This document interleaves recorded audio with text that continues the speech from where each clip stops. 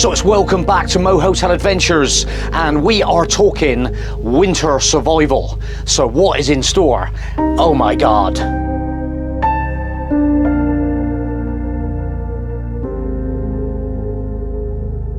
And anybody with one of these camper boards, so where they put this infill in, the cushion, this backrest, tends to sort of be pushed forward slightly, and I have seen this actually, a few people on the personal forum that have got this problem, the same as me, exactly the same as me, trying to retain this cushion in position.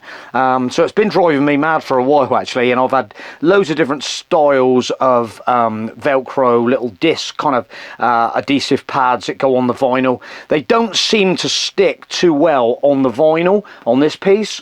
So anyway, I'm just giving this heavy duty stuff a whirl. I've already done the job, to be honest, so I've cut out, I don't really want to pull it off again, but there's a big length going down that way, right down through that way, and then I've done another sneaky bit across there. So it's all, at the moment, it's all on there lovely, and it does say on there it takes a certain amount of time to actually cure, so the longer you leave it, if you leave it on for like 24 hours, it should be super strong. So we'll see how that pans out. Hopefully it's going to be good. What else was I going to say about that situation? Yeah, so that was not a lot to say about it really. I always mention the camper board and obviously I see a lot of camper boards being manufactured. You know, the one we had from camperboard.de, and how lovely the finish is on this one. It just fits in so nicely with the colours of our van, with the upholstery, with all the rest of the trim, the wood trim matches down here. So you cannot fault the old camper board. Up on the top there, talking about winter survival, I've got 2 more cans to put in my underfloor larder of the hot chicken curry and another beef chilli. So we just gradually refresh the stock as time goes on. So then we have got lots of winter food, and this is all that really nice winter food that makes a super meal. I've got to get some more of that Uncle Ben's rice actually, get another couple of boxes of that, because we normally have the Uncle Ben's rice, and it always makes bit of nachos on the side, lovely meal. It's always one of our super favourite meals. So that's the tins in the floor. I've actually got 2 bins of that kind of stuff now, and I'm doing a bit of like stock rotation. So the older stuff is in the front bin, and then the newer stuff goes in the back bin. So I'm like I say, rotating that stock. Use the old ones first, and then gradually move it around like that. So this is my table tonight, full up with stuff to sort through, but it's another couple of little jobs that I've been meaning to do. So yeah, these little Nebo lights are the ones that these have been 2 years now, and they've still got the original Nebo batteries, and so I've got one of them that's gone really dull. One of them doesn't even work at all, so it's time to refresh the batteries in these. So I'm just going to pop out the Duracells a minute. Let's just get the Duracells in there, and yes, look how bright that is. So this one is going to go in my bathroom. So these are the motion sensor style ones. So this is just going to go in, and I've just got to put it, the plate is already in there for that one. And the other one, while I'm at it, I'll do that one. Get them Nebo batteries out. Like I say, it's 2 years old now, and just time to refresh the batteries. Another 3 Duracells, and this one is from my my electrical hookup locker on the side with my water electrical hookup in there. So obviously every time I open the little door on it, I open and I've instantly got light, so I haven't got to fluff around with a torch or anything. So yeah, motion sensor. Does it work, Joe? Probably got to be. Yeah, they're actually so light sensitive that I've just turned off all the lights, and then they get into action. They get going. They light up. Look how bright these are. So good. So yeah, that's what I'm after. The last one is this one here. Shall I carry on in the dark? No, I'll put the lights back on. So my last one is the one I'm going to put some of this heavy duty Velcro tape on this one, because this is the one that was in my garage, and for some reason that little bit of, you get these little adhesive stick-on things, it's gone a bit, you know, obviously in the heat and all the rest of it, it's not sticky at all at the moment now. So I'm just going to pop them out and select another 3 of the Duracells. One in there like that. One in there like that. But yeah, I got this little set, and there he goes again. And that's the one that's going to there. And I'm going to put a little bit of that Velcro on the back. So they're going to be trash. I've got 3 spare ones left over in that set. But these came in a pack of 3. Right, so we'll get the Velcro out, and we just want to. Oh, there's the. You can see the angle of the cut I made on for that seat. Just on a little bit of an angle cut. But, let's get this. What you've got to try and do is get that kind of like that, and then I'm just going to go. That'll be perfect, about that kind of distance, and we'll just snick off a bit of that. It's really tough to cut as well, and I've got my super scissors on it, and I hack through there, and we'll put that back in the. I'll go back in the box, stuff that in there, and what happens now is this is the only nightmare for me. It takes about 10-15 minutes just to get the backing off.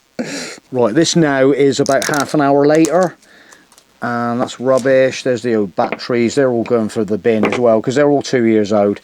So we're just going to stick that on the back of the lamp, and then the Velcro I'll just stick on there like that, and then all I've got to do then is get out in the garage, and that's nice and peelable, look. So that's going to stick in the garage, and that's going to be perfect. So the next time I'm just going to leave that little bit of gap so I can get that off if I'm having it up tight. But it's a real nice downlighter, so you can see as soon as you open that garage door, there it goes, downlight, beautiful. Then we go to the bathroom, and believe it or not, just going to snick that light on, there's a little tiny switch inside, and it is low on the left hand side, and in the middle is off, and high is on the right hand side. So there's even a switch where you can dim it down a little bit if you want to. So there's the little back in place, and then down she goes like that, in position. Hopefully now I'm back on. It's got like a motion set. Oh, I'm kneeling down in there. So there he goes. So after a little breather, should go off. Nice little downlighter. So when you get out of bed in the middle of the night, want to use the toilet, you don't have to put the main light on, and that's perfect. Look at that. Back outside. In there she goes. There is the holder up there. So as soon as I come outside, it's on. Right. So I think actually I had that one facing upwards like that for some strange reason. I don't know why I had it up that way, but it sort of, maybe it lit up better for some reason. I don't know, but that's okay. Lovely. Okay, here we go into the back of the garage, and this one here. Oh, this one I've got to take the tape off. That's right. It's just I'll just get the tape off of that one like that, and then we will snick it. I'm going to snick it in position in the garage. I'll go in between that one right in the centre, just to get some light. I have on the other side of this garage, I have got an internal light, so it's just this side gets a little bit dark for taking your leads out if you arrive somewhere at night. So there we go, all done and dusted. Bit of rubbish on the floor there. There we go. So what else do I carry for illuminations?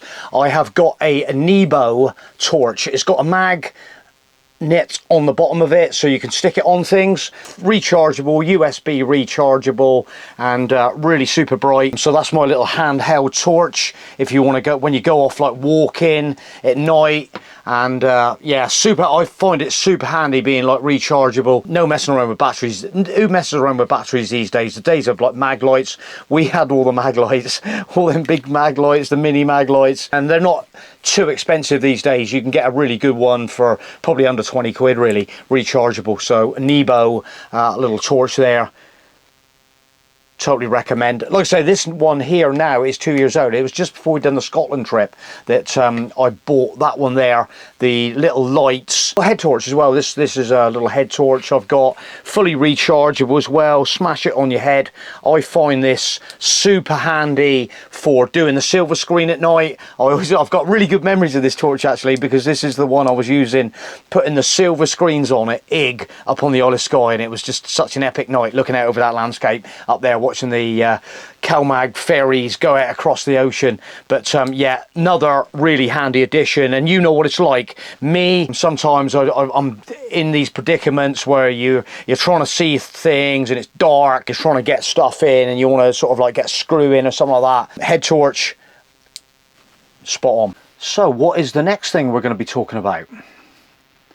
These things. Snow chains. And it's really funny because I've saw someone asking a question today about driving in Spain, and according to the RAC and a lot of popular websites, winter driving in Spain, motorists need to carry snow chains or have winter tyres fitted. So there is an or there, snow chains or have winter tyres fitted, meaning that snow socks are rarely seen around the country. There are signs in specific areas which indicate where snow chains should be used. Mountains, extreme adverse weather can come in any time. And if you are probably in a predicament in Spain without these, okay, and you become kind of stuck, and maybe you're in a situation when you're holding up traffic or something like that, I don't think they're going to be too happy if you haven't got any snow chains. And they'll probably, you know what some of these countries are like, any excuse to throw a fine on you, and you'll get one. Probably an extreme case, not, you know, if you are going to get your collar felt for it by the gendarmerie or whatever. But what we try and do is cover all aspects. And to be honest, let's be honest about it, if you get stuck and you need hauling out of somewhere where if you have these you can get out of the situation, then it becomes super worth it. Do you know what I mean? These, it's such a long time ago I got these now. I've had these for a long time, not used them a huge amount of times, but you know the scenario, it's been pretty mild the last few winters, but we have actually used these in the past. And just when we are on the Bursner, as you know, with the, and on here, all the tyre sizes are listed for this actual. So there's probably, get on the Thule Sweden website, snow chains, and you just got to make sure you get the right ones for the tyres that you're running on your vehicle. There is obviously there's going to be, this covers a fair multitude of different sizes, but just as a double precaution, just make sure.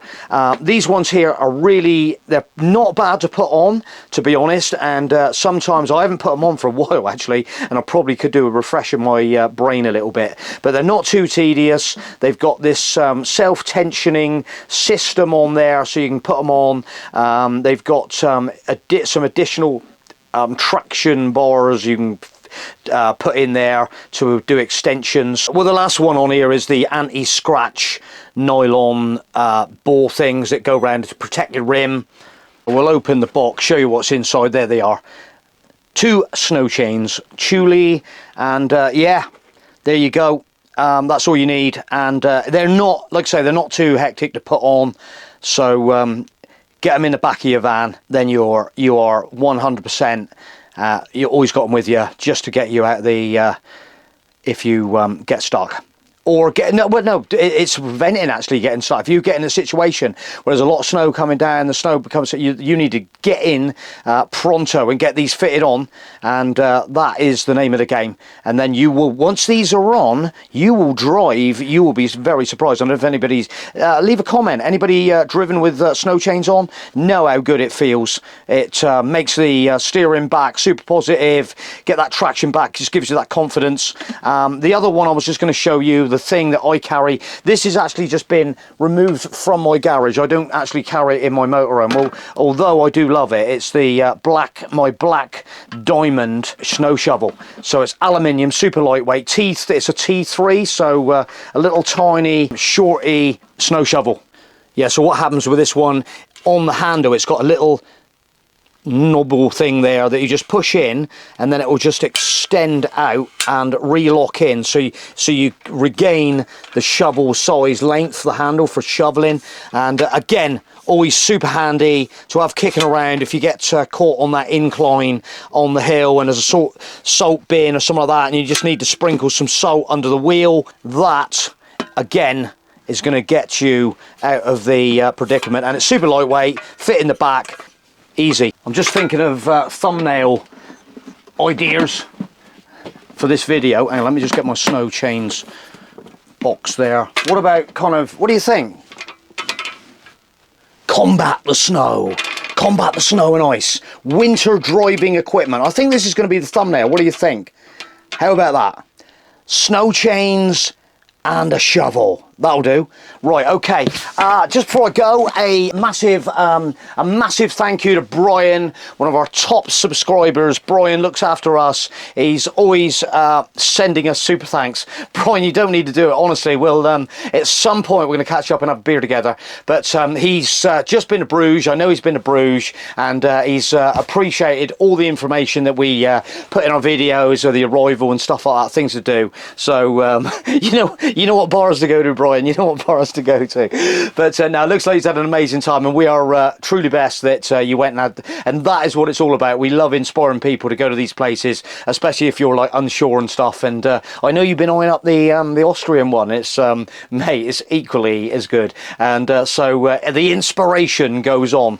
We are now, it's Tuesday night, and basically we are now, so Wednesday, Thursday, 2 weeks, and we are on another smashing road trip, and this is what this is all about. Getting all the equipment together, getting the food together, getting everything in place, not forgetting your passport, getting your documents in position, get everything sort of ready, and we are out of here. But okay guys, thanks for watching this video. Hope we've give you maybe a couple of little pointers in this video of winter motorhome life adventure, and the things you need to do on that adventure to make it super non too scary. But we don't like to stay safe too much. We like to get out and be dangerous.